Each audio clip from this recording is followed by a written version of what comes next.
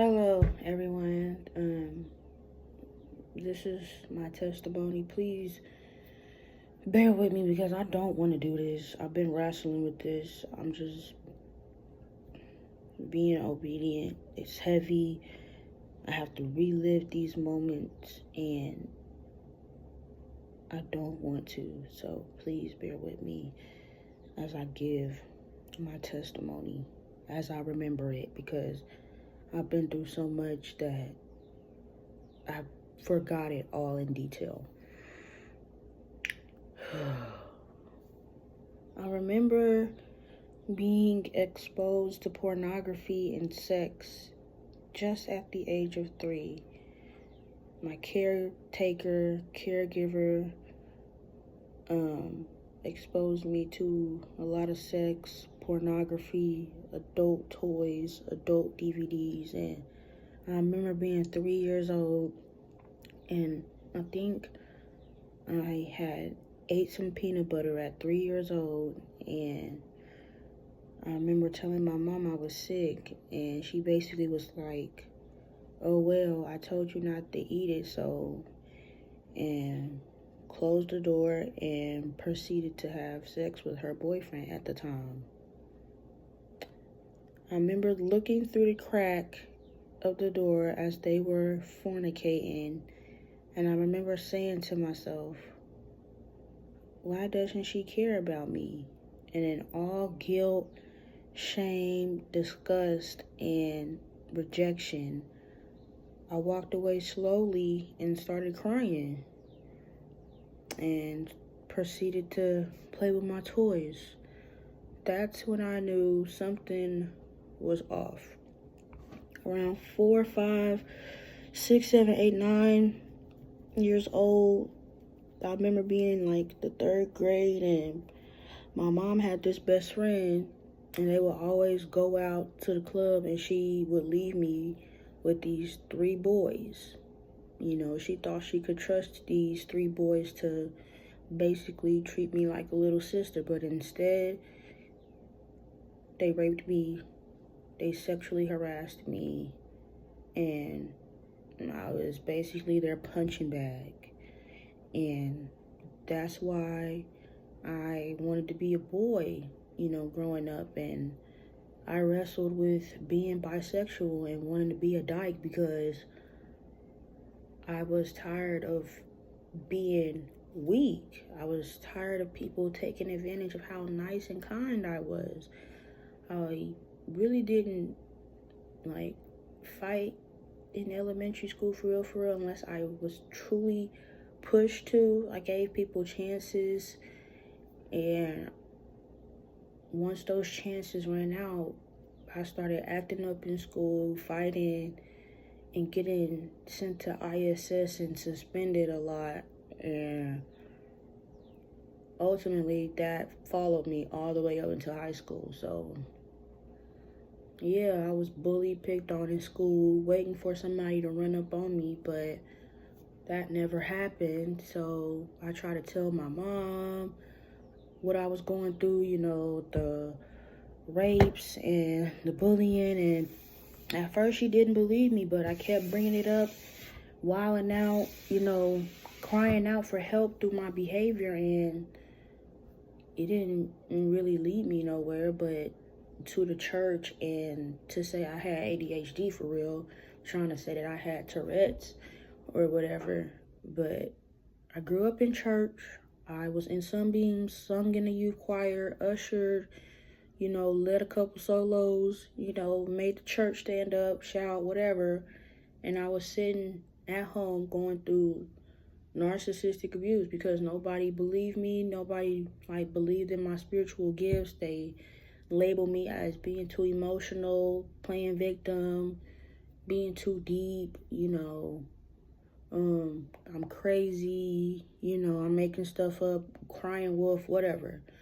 Coming from a religious, narcissistic family and getting whoopings and stuff like that. So I moved a lot too. I was back and forth from Texas, basically from a 5th grade all the way up to 9th grade. moving back and forth from Louisville, Texas, Carrollton, Texas, Oak Cliff, Texas. And that was a lot for me because once I got adjusted to one school system, here I go, oh, we finna move again. So it was just a lot on my grades, and my grades started declining. So as I'm going through, 9th grade, 10th grade, just trying to act like stuff is cool. Wait, let me back up, because in 6th and 7th grade, I remember crying myself to sleep at night because I felt like nobody cared about me. Nobody was listening to me.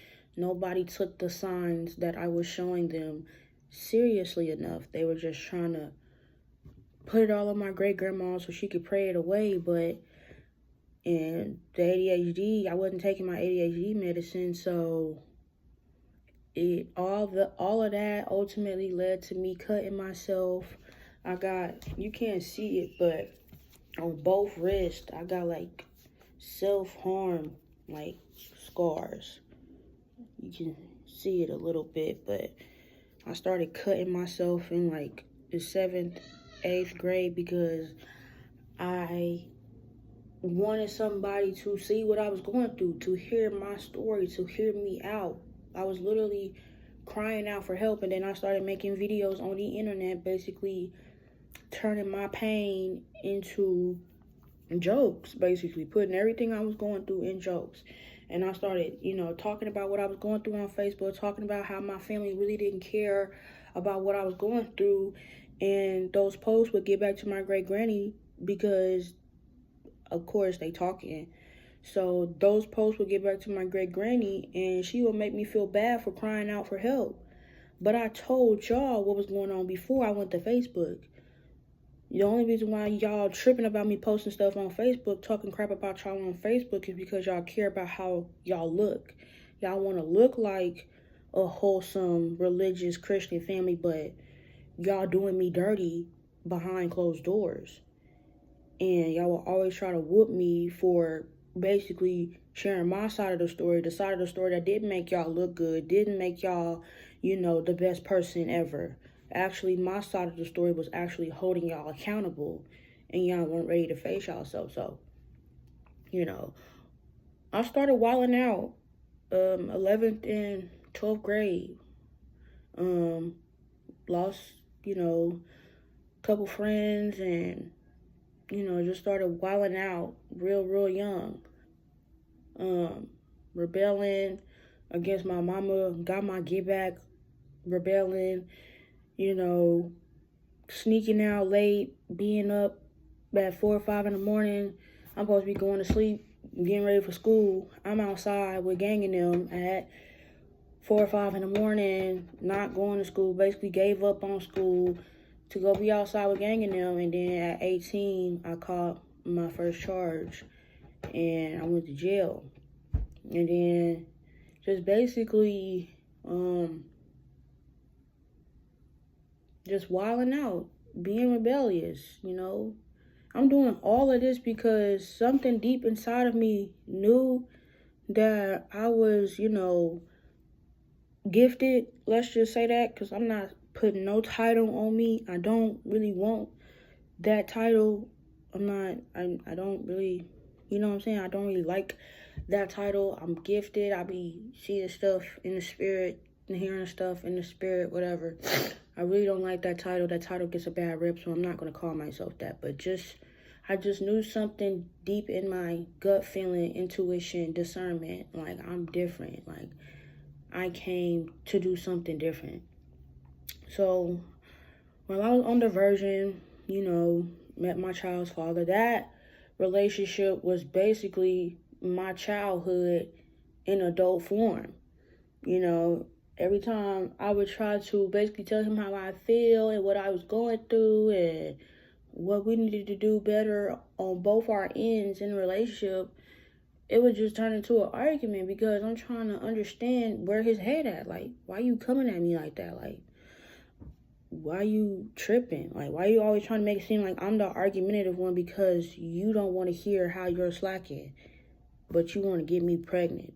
you want to keep shacking up. Like, I mentioned marriage and it got brushed off to the side, so I left. And that whole relationship was, like I said, my childhood in adult form. The gaslighting, the manipulation, the blame shifting, the deflection, and it ultimately led me to reactive abuse. If you don't know what reactive abuse is, basically somebody trying to get a reaction out of you for their own selfish gain, to self-sabotage the relationship, to abuse you with your reactions.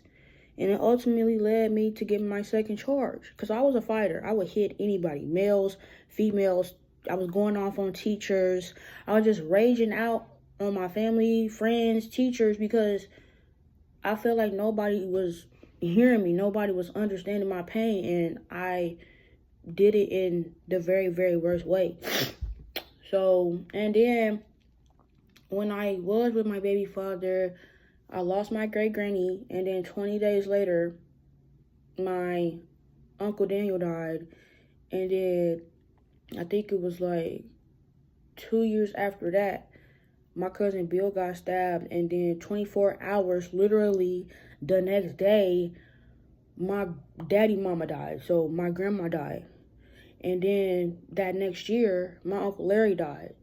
So I basically be grieving 5 deaths all at once sometimes, like, and just, I remember growing up in hotels, house hopping, living with people, like, not having no money, living paycheck to paycheck. I had to start working, and I couldn't even enjoy my money because my mama wanted me to grow up fast and help her with the rent and put groceries in the house. Basically trying to make me grow up fast, but when I actually was being grown, that was a problem. Oh, I couldn't do that though, but I'm paying bills and all this other stuff. But in my teenage head, I'm like, but I can't smoke, I can't drink, I can't do none of that. But I'm sitting up here paying bills as a 16, 17-year-old. I feel like no parent should be putting their burdens on their child. That's that old school mentality. You got yourself in that position, you get yourself out. You feel me? Like, why are you putting that on your 16-year-old? Let me go be a 16-year-old. So, and ultimately, just, as I was transitioning out my relationship with my baby father, I was in witchcraft, in the New Age, in astrology, in birth charts, in tarot cards, in evil eye, just the whole nine. Like, I didn't even grow up in church. Like, I didn't even want nothing to do with God, because where was God at when I was getting raped? Where was God at when I was getting abused? Where was God at when I was getting bullied? Like, it was just a whole bunch of where was God? Where was God? Where was God? Where was God? Like, I didn't really want nothing to do with God. And I went to the New Age and astrology and all that other stuff. The stuff that makes you think you're heard, makes you think you're seen, but that's all deception too. So, boom. I'm in my closet. I'm smoking. I had a blunt in my mouth. My tarot cards was next to me, and a Stephen Darby sermon had popped up about basically everything I was doing. Tarot cards, astrology, palm readings, and all that stuff. He basically just exposed how demonic it really was, and chains broke off me in the closet, and I got set free from that. I ain't do it for a while. I got convicted, I ain't do it for a while.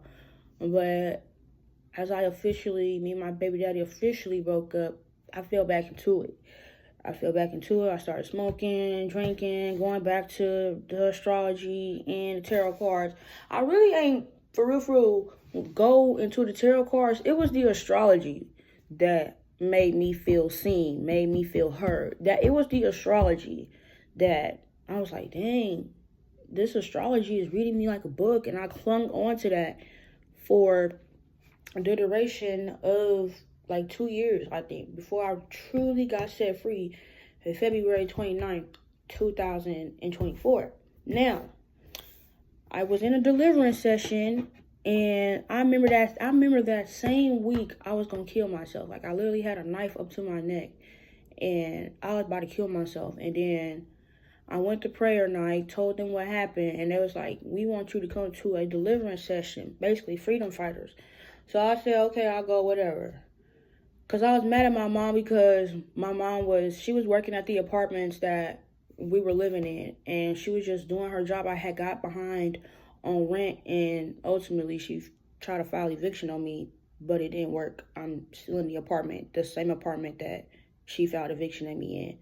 It was like my mama was my biggest hater. My mama was my biggest enemy growing up. Like, my mama wasn't a regular mom.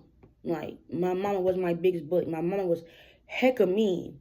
Like, I have mommy issues and daddy issues because my daddy was not there. He didn't fight hard enough. Like, he mad at my mama for taking me away, but he didn't fight hard enough. And my mama just took all her bitterness and, frustrations of life out on me. Like, they make me feel bad for being the scapegoat and playing victim, but every time I try to hold them accountable, they make me feel bad. They make me feel like the scapegoat. They make me feel like the victim. But that's besides the point. But yeah, I went to the deliverance session February 29th, 2024, and everything that God was whispering to me in my gut feeling when I was in sin, it got brought up that night. So I think that was the Holy Spirit. It was the Holy Spirit. So that is what delivered me truly. All this stuff, I didn't even tell nobody this. I didn't tell the deliverance people that or none of that. So I knew, okay, God is real. But again, where were you at when I was going through all this stuff? Literally, where were you? So I was fine. February 29th till Sunday, April 14th, 2024, I was fine. Sunday, April 14th, 2024, I got rebaptized because I got baptized March 2008. When I was like 8 years old, I was a kid. And so it was like Memorial Day, that Sunday before Memorial Day, some stuff had popped off. Basically, this guy had got caught up trying to talk to my cousin in an alto on the worship team at the same time. And the worship team made me feel bad, basically set me down for 9 months because I rebuked the elder for trying to stop me from consoling my cousin because some cuss words were finna come out of my throat. Because I'm like, lady, why are you stopping me from hugging my blood cousin? That lady gonna talk about something. You said enough. You need to leave. As if she was saying, you started all of this and you need to go now. I started all this because I'm trying to let my cousin know that her man was talking to other females, and my cousin Matt talking about something. Well, you should have told me sooner. Why would I do that? And it popped off. Literally, it was a big old blow up in the foyer. Literally. Before I even went off on the lady, my cousin was already making a scene. So it was like, I seen that, prophetically or whatever. And I didn't even, as soon as I find out, I went straight to prayer. I prayed about it on like 3-4 days. I was like, Lord, I don't want to cause no mess. I don't want to start no drama, but I need to tell my cousin what's up, because what do you mean? So, he was like, tell her Sunday. And I did. And the worship team and Miss Becky made me feel bad for basically obeying God. So they sat me down for 9 months. But the thing is, okay, I take full accountability for going off and rebuking, Miss Becky. I shouldn't have done that. But at the same time, why are you stopping me? What in your free will and your right mind told you to stop Nia from hugging her cousin? Because I'm trying to make sure me and my cousin are good, because y'all sitting up here whispering stuff about me to my cousin. Yeah, but that's besides the point. They sat me down for 9 months from the worship team. Okay, cool. That's fine. That's a little harsh for the first offense. But okay, that's fine. Sat me down for 9 months, but you didn't sit down the person that was the cause of all of this. Y'all had a meeting and basically swept it under the rug. And that girl's still singing to this day. Still. So I backslid because I'm like, God, so what is going on? So what did I get saved from? This messy church sitting up here, sitting me down for 9 months, but they didn't sit down to fornicator. They didn't sit down to gossip. Like the alto literally told me that, Oh, we good, cause old boy know what's up with us, cause he creeping at my house at 5 in the morning. So yeah, we don't worry about it. We good. But you sat me down for 9 months. Okay, that's fine. That's fine. 9 months. That was a whole pregnancy. I was being birthed into something. That's fine. Okay. So I backslid. I started back smoking. I started back drinking because I'm like, yeah, God just wasted my time. And then God snatched me up out that backslidden state December, January. And here I am. I ain't smoked. I ain't drank. Don't even remember the last time I had sex for real, for real. Don't do astrology no more. Don't do tarot cards no more. It's just me and God. We locked in. Can't find a church because these churches are lukewarm. I'm not about to be coming in your church shouting every Sunday. No, convict me, rebuke me, tell me what's like, you know what I'm saying? I don't want no, I want meat. I want steak. I don't want no milk. No. Tell me what I need to hear. Don't coddle me. I don't like that. Convict me, rebuke me in love. Don't be having no condemning, judgmental spirit and then want to call me rebellious and prideful because I'm not accepting your rebuke and you being all mean, you being all harsh, you trying to act like you better than me because you're not sinning in the way that I am. That's not your thorn, so you feel like you finna try to humble me and dim my light every time you try to rebuke me and correct me. No, the devil is a liar. So, yeah, that's my testimony. I've been through a lot. I've been abandoned, neglected, rejected, misunderstood, overlooked, underlooked, like just been through so much. Literally, I contemplated suicide majority of my childhood, and sometimes I'd be mad at myself for not having the guts to kill myself. Like, I just felt like I didn't actually be here. That was my say. I ain't actually be here, so why am I here? Like, my mom raised me out of guilt, basically, survival mode. So I don't feel no love.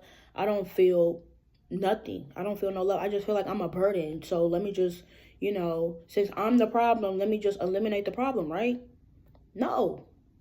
So, yeah, basically, that's pretty much it. I hate that I don't memorize it, exactly how it happened, because I said as a child that I was going to expose this one day, and I'm just upset that I don't remember it bit by bit because of all the weed I smoked and all the trauma that I've been through. Like, trauma, you go through so much trauma, it causes you to have, like, memory loss a little bit, but when you go to therapy, you can, like, get your memory recalled, basically. But that's a process in itself, so. Yeah, I'm sorry if I was all over the place. Like I said, I've been through so much to where, like, I only remember certain parts, but the certain parts I remember is, here in the video right now. So this is for every girl that had to stay at a child's place. This is for every girl that has not been heard, has not been seen, has not been understood. This is for you. I want you to expose what you've been through and shine light on what you've been through so that the enemy can be exposed in your life. Because the Bible tells us that we overcome him by the word of our testimony. I think it says that in Revelation. I'm going to put it up right here, the exact text. But yeah, I do apologize for being all over the place. Like I said, I'm just going straight off the dome because I didn't even want to do this. I wrestle with this because I don't like people all in my business, because I feel like, people gonna go an inch and take a mile, and I just be wrestling with that sometimes. So, yeah. And for anybody and to everybody that was a part of my testimony, I forgive you. This video ain't no shade. This is for me simply being obedient to God, shining light on the enemy's tactics. This ain't coming for you as a bad person. I know people like to look good and not be held accountable, but I'm not here to bash nobody. I'm not here to shame nobody. I'm just here to give my side of the story finally, because it's important. Like, my side of the story matters.